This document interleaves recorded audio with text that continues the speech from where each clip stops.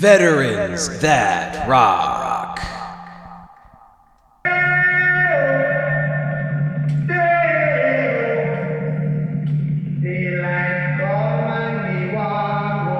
It's cute, Julia.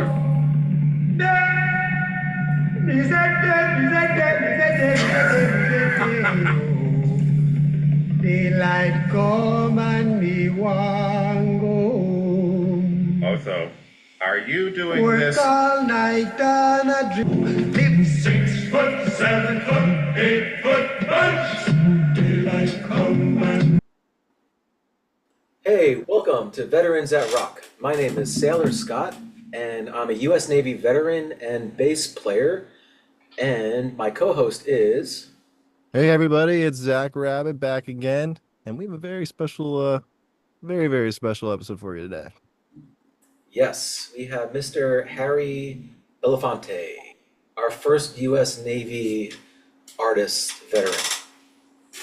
Yeah, I mean, you can't really go, I think, any different way than our last guest, Mr. T, with Mr. Harry Belafonte. I mean, the guy, civil rights activist, political leader, Navy veteran that fought or was in during World War II.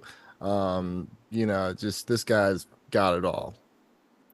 Yeah, and plus Harry Belafonte grew up here. He was born in Harlem, where I am, up in Yeah, if I could say so, Scott, I think that this is a really special episode because we have a guest that's from where you're from and also served where you served.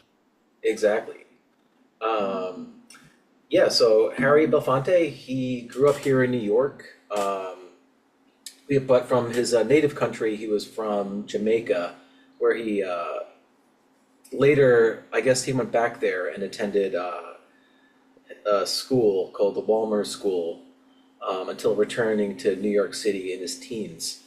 And he came across a little bit of hardship when I guess he was diagnosed with with dyslexia. Yeah, it's a really interesting situation. I keep saying that word interesting, and I think it's just because every person that we've talked about so far in these shows is very interesting. Like it's so crazy how they all develop and turn into these icons pretty much for a lot of people. Um, but yeah, as you said, he was actually undiagnosed, I think until like the 90s with a dyslexia, and then also he was blind in one eye. Yeah, The only thing that sucks is I wasn't able to find out if that blindness was from childhood or if it was something that may have developed during his time in the service or anything like that. Couldn't find any. There's not really a whole lot of information about the military service, except a couple events which we'll go over in a little bit, um, which were pretty important to the rest of his career in the future. But you also touched on the Wolmer School, and I just wanted to say that that's it's like a kind of almost like the one room schoolhouse of its age, but it was in Jamaica at the time. yeah. And if you do not know about Harry Belafonte, he's a very accomplished musician and an actor.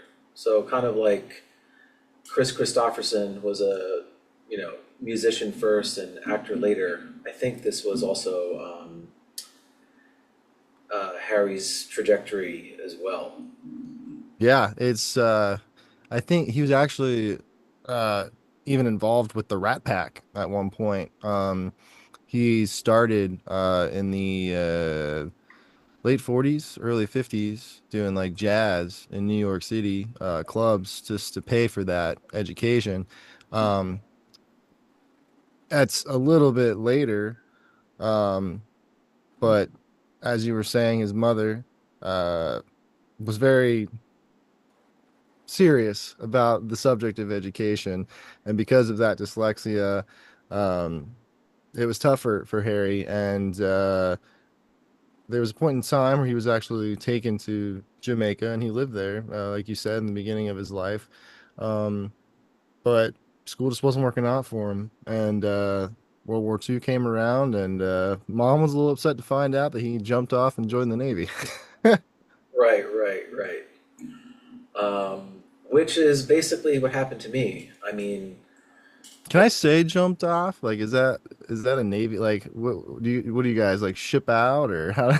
this shit is, you know, once the recruiters get a hold of you. Well, I mean, this is for my situation, but like back then, I mean, he joined right during World War II.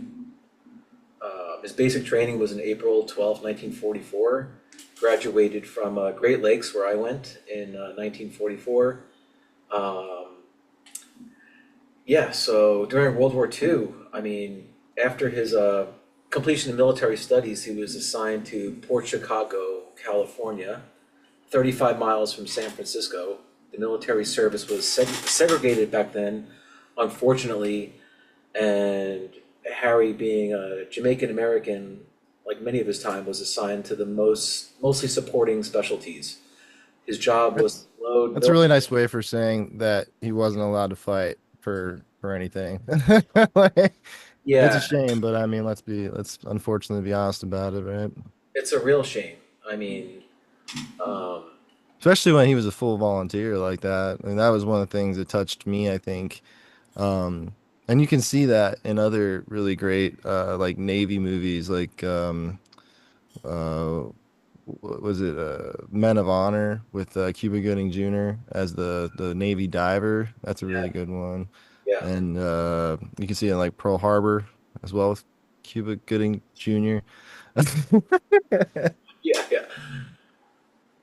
I, But I really I did notice that like if you ever watch like World War II movies, you really can kind of see um that issue, plaguing the services for a long time. I really did see that, and I find it really interesting that everything I found in the research for this episode about his service, it really seemed like that situation with segregation and civil rights being, non-existent for African Americans at that time. It's shocking.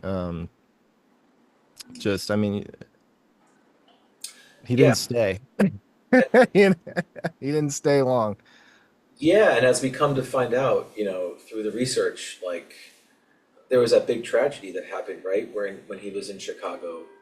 Yeah, from what I understand too, and we'll show a clip Port, here in a Port, Port, second. sorry, Port Chicago, California, not Chicago, Chicago.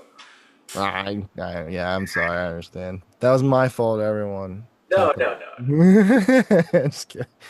I, Um, I thought it was Chicago too, and I was like, wait, you're gonna stay there right after boot camp? yeah, I mean, I am curious. I mean, just I know we're kind of sidestepping here, but like being having gone to Great Lakes yourself, I've never been there. I'm sure a lot of our fans may not have been. Please obviously tell us your experiences in the comments. I mean, what was it like? I mean, when you were there, were there any stories about like World War II barracks? Like when I was in the Air Force, I remember sitting on the bus and they were like, "That's the dorms," and I was like, "What? Like, what's a dorm? I don't even. It's college. I thought I signed up for the military. Anyway, I'm just curious, like from a Navy perspective. I'm sure there are stories. I wasn't. It was such a long time ago, and I don't remember any stories like that. I just remember, Experience wise, like I know in the Air Force, they really kind of like you see the uniforms and stuff. They'd be like, "This is the heritage, and you better respect the people who wore that uniform." Do they do that at Great Lakes as well? And is it a similar training as it was? I'm just curious if you might know. I'm sure there was stuff like that, but we were just so much under like sleep deprivation, and Hmm. it was March. It was freezing cold in the Great Lakes, and like I just remember, So it's cold. All right, that's yeah, fun. we're I was marching. in Texas, so it wasn't that bad. No, we're marching around, shoveling snow every day. You know, Wow, you guys got shovels? the great thing about the snow, I'll tell you, was during training for when we have to go through the gas chamber to get tear gassed. It was a blizzard, so my division skipped that day. Lucky bastard. Wow, that's cool. I mean, you missed the sinus, like the sinus clearing of a lifetime. I'll tell you that. It's Yeah, wow. It is. It is such an interesting thing to hear about how other services kind of have to deal with, or like what goes on in that. So it's funny that you didn't. It was a pretty good brief summary, but I can already see a bunch of differences or a bunch of similarities and some differences between our trainings, and Yeah, that's why we're here, ladies and gentlemen. That's what we're here to talk about. exactly. But as well, again, going back to Harry Belafonte and all that, I do see it is incredible how I'm sure, at least I know in the Air Force, a lot of that training is still the same as far as just setting your brain up to be able to operate in whatever type of military skill set, I guess, would be important to that branch. Like I know in the Air Force, for us, they worked very hard on our critical thinking skills and high pressure situations with low chances of success kind of thing. And I've heard like the Army is very brute.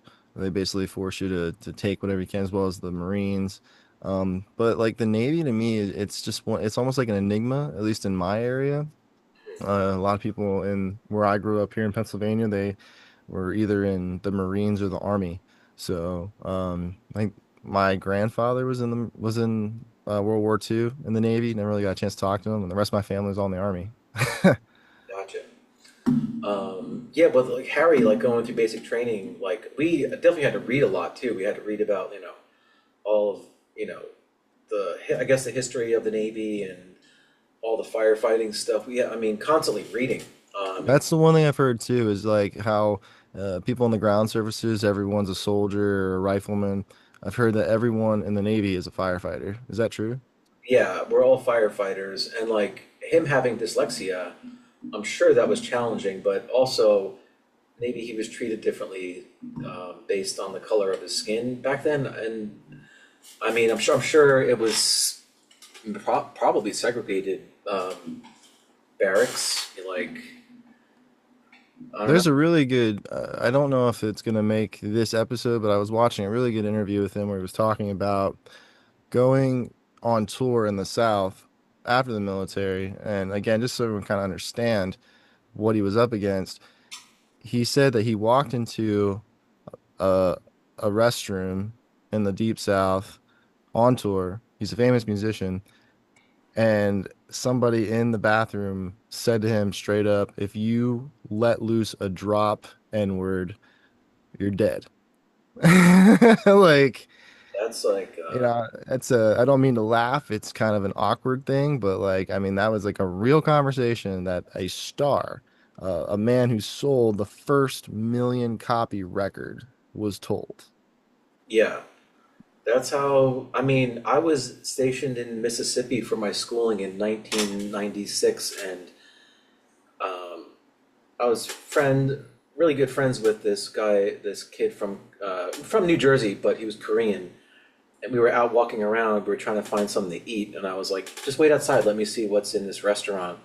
And I walked in and I heard this is Mississippi, of course, and like I heard the N word being dropped a few times, and I left, and I was like, hey, Price, we should eat somewhere else. Like, yeah, Yeah, I know that was something for me. I mean, I didn't experience that, I'm not thankfully. trying to call out like all Mississippi, but there are, I mean, yeah, Totally. No, I understand. I was gonna say like I myself also ran into some people who had some wrong ideas.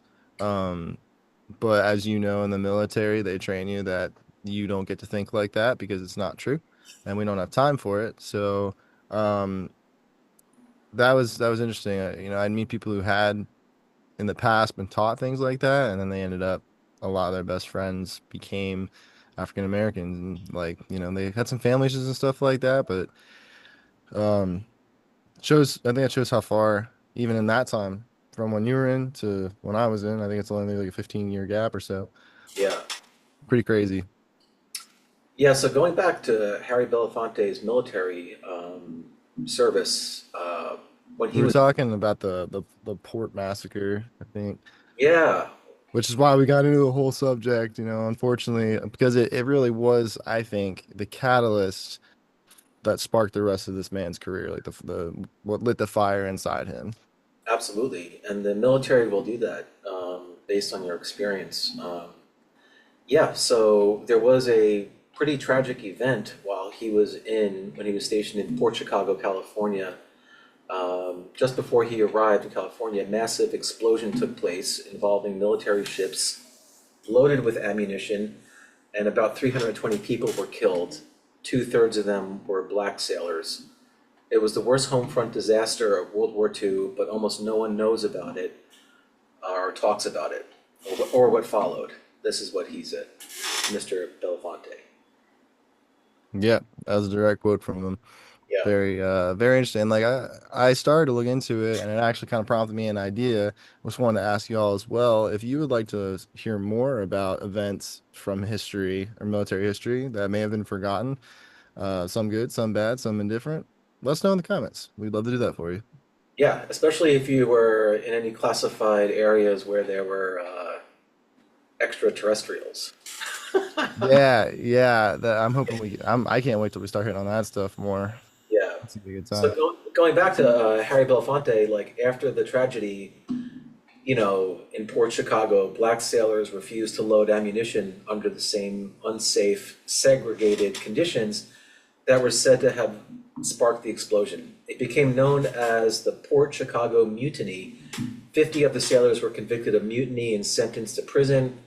Most were not released until months after the war ended, which is, I mean, kind of crappy, man. That's horrible. Um, Yeah, so my job in the United States Air Force was ammunition. Um, since that time, when Harry Belafonte was in, it's my understanding that through all services, those things have been divided. So you'd have loaders and you would have the munitions people. I've worked with a lot of munitions experts from the Navy that have worked on ships and also ground. And it's a dangerous job. Static is the most dangerous thing. And as most people know, metal can help with that. But static can cause a lot of problems. So I did a lot with groundwork when it came to that, but on a ship, as I'm sure you know, Scott, it's probably a lot harder to maintain that kind of safety, especially at the speeds they want from you. yeah, yeah. I just put my microphone in front of me, so viewers, I my mic works. It was just to the right of me.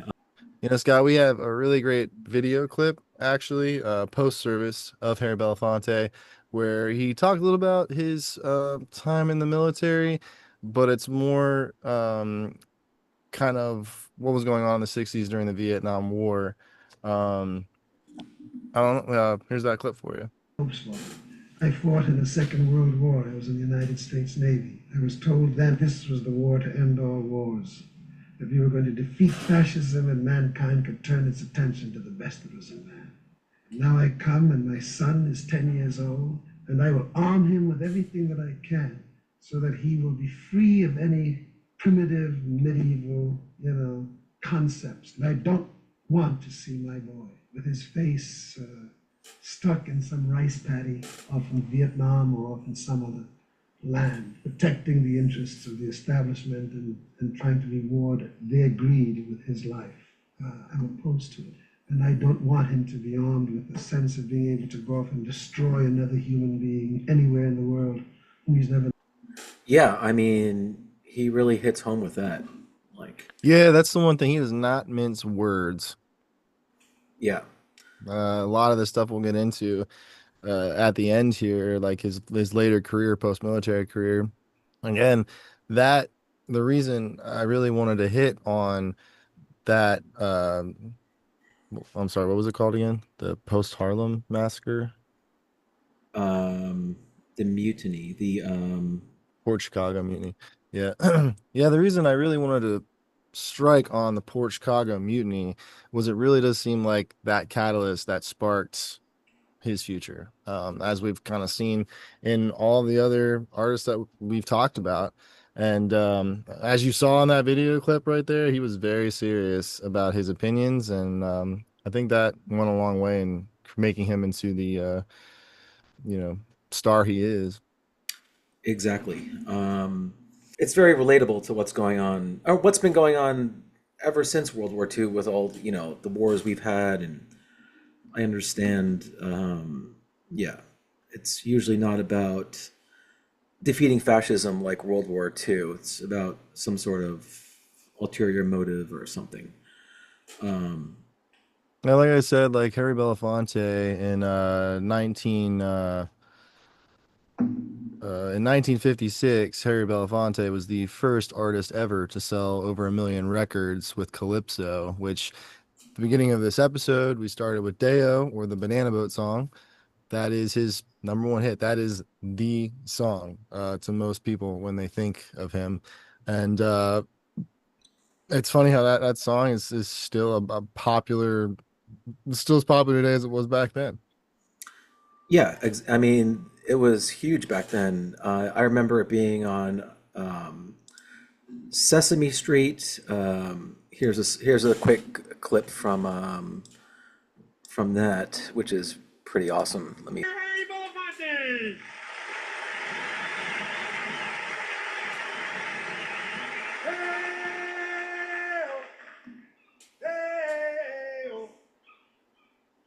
Daylight come and we want to go home. Yeah. He said them, he said them, he said them, he said them, he said them. So cool that's live. Yeah. Work all night, turn a drink around. Daylight come and we want to And everybody gets into it later around like, I'm getting into it right now. Man. Yeah, I really love that clip, but I also personally, as a rock and roller, enjoy this one of him playing with Animal, also from the Muppets. Really shows, I think, his musical chops as well. yes.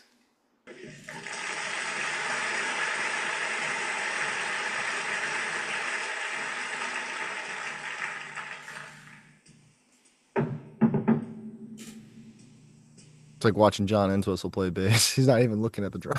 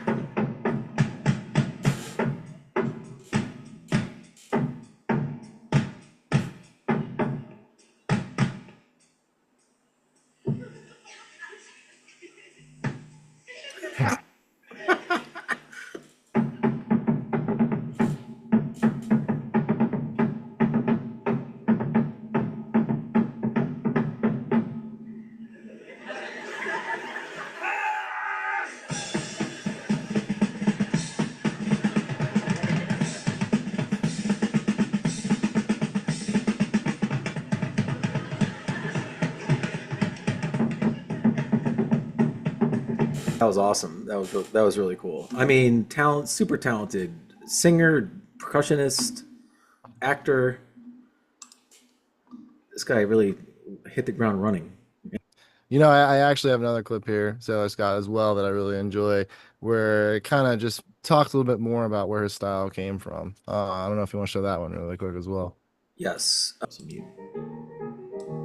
He studied with the director Irving Piscator, whose theater was fired by a commitment to social change. To pay for his classes, he talked his way into a singing engagement at a friend's jazz club. Oh, Dizzy Gillespie. He was the intermission act. You twirl the world on your finger. He went straight to the sky. I love this part. You know what? Club date after club date, he played all the big rooms. Then he quit. I had discovered my voice, he said, but something was missing. John Henry, he could hammer. He found what he wanted to say in the timeless themes of folk music. Sylvie say she loved me. Then he added the calypso beat of the West Indies. That's right, the woman is Sata. That's right, the woman is Sata. That's right, the woman is Sata. That's the Belafonte, I know. the song.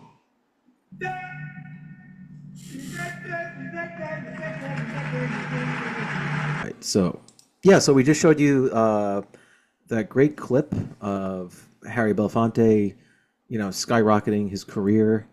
Um, I love when he says when he sang the song, like I said, like that's the one everybody thinks about. But he has a bunch of great hits. I mean, he was um awarded like a special Grammy. He had like a bunch of honors in the end of his life. So like he was at the Kennedy Center for a Lifetime Achievement Award. He won National Medal of the Arts in 1999, 1994, and then he won a Lifetime Achievement Grammy Award in 2000. yeah, and unfortunately, he passed away in 2023. But oh my gosh, did the man live until then? Again, big social activist and the social and political activism, worked with the Obama administration, and he was also like one of the few people that was asked by Frank Sinatra to perform for Kennedy, I believe. Yeah, in 1961. That performance included Ella Fitzgerald, Mahalia Jackson, amongst others. Um, yeah, so his political activism and social justice were pretty on point, I believe. Like longtime critic of the U.S. foreign policy. He also was known for his visit to Cuba that helped ensure hip hop's place in Cuban society.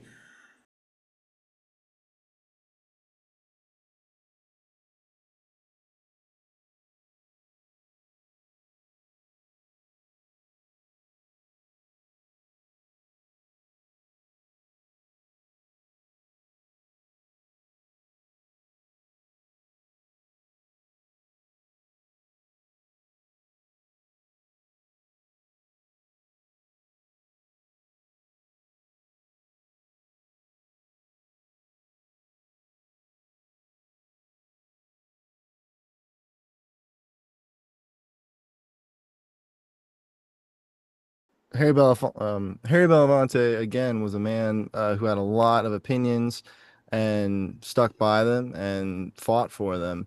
Um, I highly recommend anybody look into these matters themselves, just because we're not going to speak about like, politics or anything like that. I think in regard to these individuals, but um, he famously was against the George Bush administration and the war in Iraq, so much so that the defense Secretary of Defense at the time, Colin Powell, was called out by Harry Belafonte, which was later proven true. But they he said that he felt that the Bush administration suffered from an arrogance wedded to ignorance. And then there was a reciprocation from Colin Powell and Condoleezza Rice. Uh, Again, not something that I'm going to speak to, but it's a pretty interesting story. So I always suggest anyone look up those kind of events. But I mean, arrogance wedded to ignorance is like, you know, can be found throughout politics, like oh yeah, time and 110%. time and time and time again, over and over. I mean, just look at our current one. It's like, come on. Exactly. Yeah. So that was one that was comforting, at least to know that it's always kind of been a thing. And that there's always been great people pointing those things out. But I really enjoyed that he also had great successes working in politics with the Obama and Sanders administrations. Again, just, pushing for social justice and activism, making sure that everybody in the world gets to have a fair shot. Yeah, I could see that. And as you know, military members, we're taught to be pretty much apolitical, but we still have to have a moral compass, and be able to decipher what's right and what's wrong, like in, through politics or through whatever orders you're given. Like, I mean, 110%. Yep, that is, and that's the beauty of the system too, is it's not many militaries in the world that have that right to be able to say no. As long as the situation is correct. yeah, especially when you're, you know, shipped off to California, you know, which just happened, it's like kind of crazy. Marines shipped off, like deadly fighting machines shipped off into our, one of our states. Like it's kind of crazy. Yep.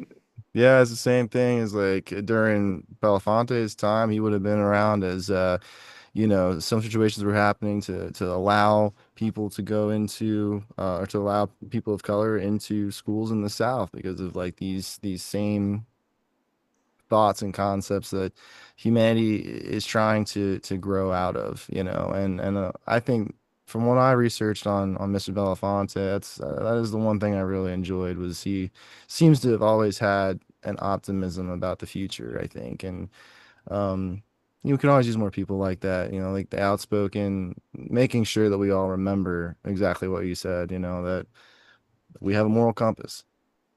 Yeah, and he's really, an outspoken person, was very friendly with Dr. Martin Luther King and And um, Fidel Castro, actually, and yeah, all yeah, world leaders of all types. yeah. He just was a citizen of the world. Exactly. And like we didn't really get a chance to, touch up on, some of his films and television, but I highly recommend you check him out, check out our other artists. We had Jimmy Stewart, these guys. Check out their older movies. They're pretty amazing. Especially the ones if they won an award for it. It's definitely worth checking out. But Yeah, I believe Harry Belafonte's first role was in a movie called Carmen, that did very, very well, yeah, and that was just before the release of Calypso, actually, like two couple years before in 1954. yeah, Carmen Jones and the Island in the Sun, but challenging racial stereotypes and paving the way for future generations. I mean, this We got guy's a picture of him in it right here. yeah, this guy's a ground, trendsetter, really trying to help out, pave the way for young people, maybe young people of color, which is a great thing that he has done. Yeah, that's the other thing that's kind of sad too. Is I mean, you look him up, you still see that he's very talked about, but like a lot of I think of these trailblazers, they're just kind of falling off in some ways, and that's kind of what we're here for. Is we want to make sure that we're giving the respect and the props to those who came before us to hopefully inspire you to, do what you want out of your life. Exactly. And we do have a clip from 60 Minutes, right, Zach? Of Yeah, final clip from this episode is just a short little thing where they basically ask Harry, "Would you do it again? Did you enjoy what you did?" Um, and here's that for you. cool. Let me back it up. To, in a sense, walk a tightrope, trying to appeal to people from different audiences. Yes, no question about it. Dr. King found very few people he could talk to who understood that tightrope. What about the tightrope that Harry Belafonte has had to walk?